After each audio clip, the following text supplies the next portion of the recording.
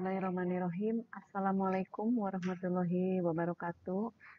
Selamat pagi anak-anakku semuanya. Selamat berjumpa kembali di pertemuan kali ini.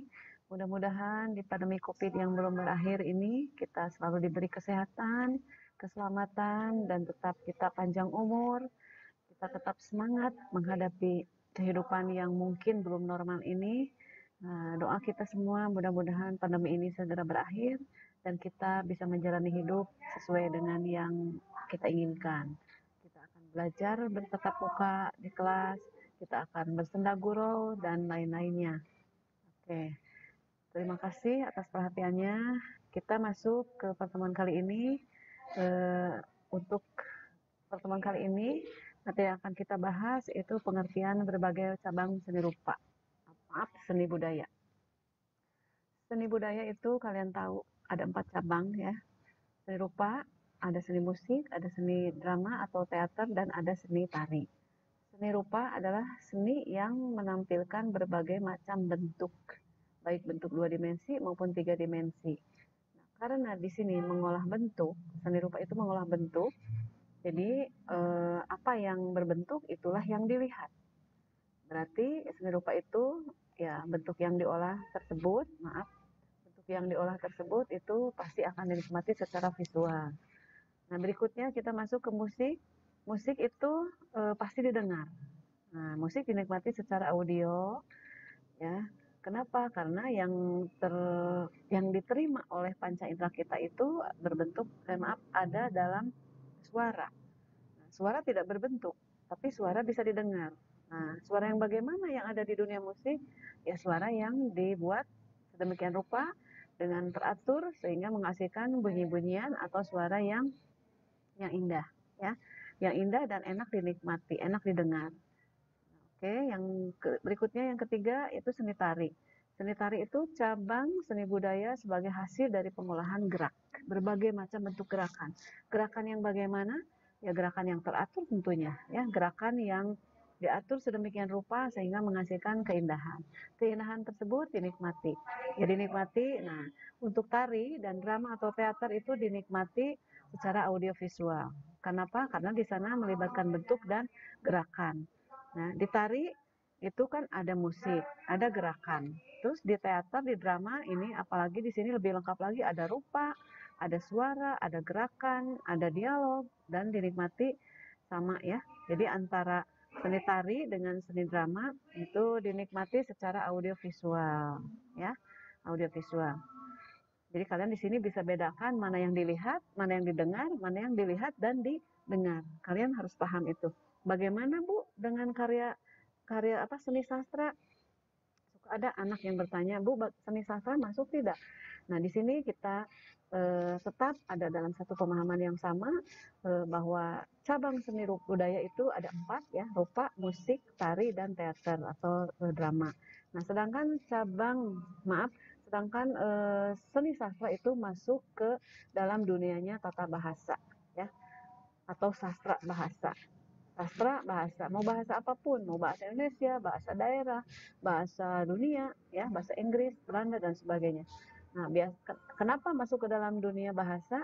Karena seni sastra itu di dalamnya mengolah tata kata, mengolah tata bahasa menjadi atau mengolah tulisan menjadi hal-hal yang tulisan-tulisan yang indah, tulisan-tulisan yang jika dibacakan itu terdengar indah, terdengar sangat puitis. Nah, itu masuk ke dunianya tata bahasa, khususnya dunianya sastra bahasa.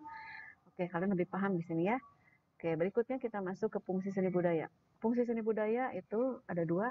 Untuk individu berfungsi sebagai media ekspresi dan apresiasi, dan untuk di masyarakat banyak sekali kita temukan ya, di bidang keagamaan, ada masjid, ada gereja, di bidang pendidikan, ada buku paket, peta, museum, galeri, dan sebagainya. Di bidang rekreasi ada taman bermain, museum, galeri, ya.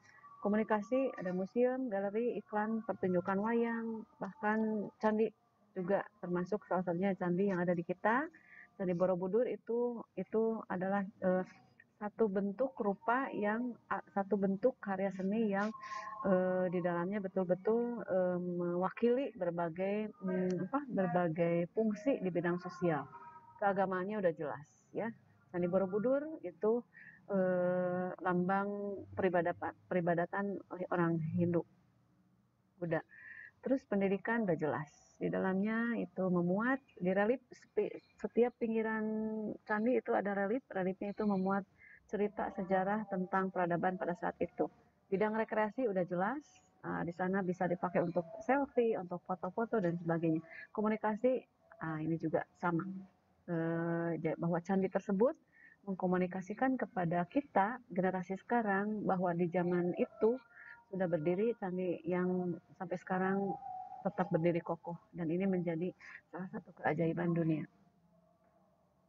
Nah, untuk di rekreasi sekarang di kita banyak sekali kafe-kafe berdiri di dalamnya menjual berbagai macam makanan dan minuman, kuliner barangkali ya. Kalian kan suka di situ, suka selfie, nongkrong-nongkrong. Nah ini barangkali salah satu fungsi seni yang bisa diterapkan dalam bidang rekreasi. Jadi secara tidak disadari karya seni yang dibuat itu bisa dinikmati untuk hiburan. Ya, kita datang ke tempat itu sambil memesan makanan atau minuman, kita selfie-selfie, kita nongkrong-nongkrong, barangkali itu. Oke, berikutnya kita masuk ke jenis karya seni rupa. Karya seni rupa terdiri dari dua jenis, yaitu karya seni rupa 2 dimensi dan karya seni rupa 3 dimensi. 2 dimensi dinikmati secara satu arah karena hanya terdiri dari panjang dan lebar dan hanya disimpan di sebuah dinding. Nah, karya 3 dimensi itu dinikmati dari berbagai arah karena memiliki volume. Terdiri dari ukuran panjang, lebar, dan tinggi. Karya 2 dimensi, karyanya itu hanya gambar, tapi gambar yang akan Ibu sampaikan di sini banyak sekali. Jadi kalian di sini setelah Ibu sampaikan, kalian bakal tahu jenis gambar apa yang sedang kalian buat atau kalian lihat. Terus di 3 dimensi, 3 kelompok karya yang mungkin mewakili di 3 dimensi ini. Pertama, dunia arsitektur. Kedua, dunianya seni kriya. Dan yang ketiga itu patung.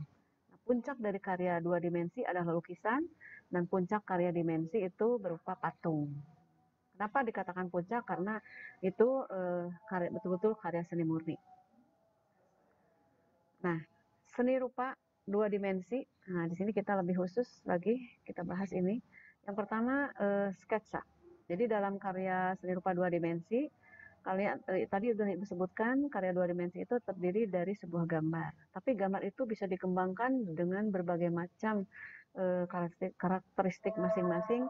Nah, puncaknya ada di lukisan. Sebelum menjadi lukisan, kita mungkin buat gambar dulu. Sebelum jadi gambar, mungkin ada sketsa. Nah, ini kita lihat sketsa. Di sketsa itu ada 2. Ya. Ada sketsa jadi, yaitu berupa lukisan sketsa hasilnya, dan sketsa belum jadi atau tidak jadi, berupa desain, coretan, goresan, pola, ataupun kerangka.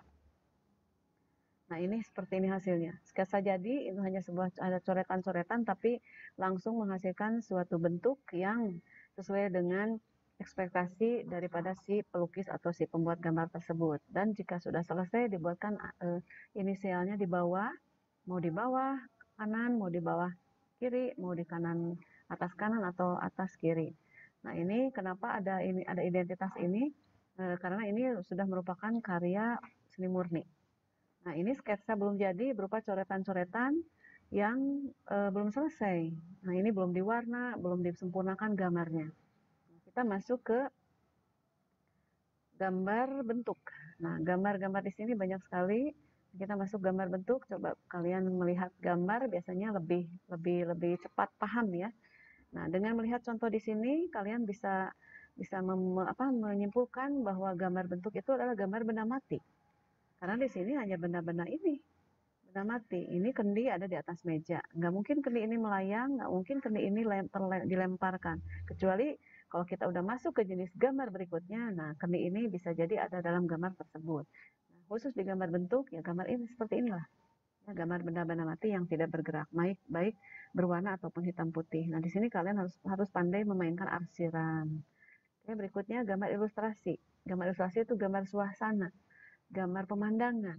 Jadi waktu SD pada saat kalian ditugaskan oleh guru SD membuat gambar, kalian selalu kebanyakan gambarnya ya kalau nggak pantai ya gunung-gunung. Nah itu kalau kita kelompokkan itu masuk ke kelompok gambar ilustrasi.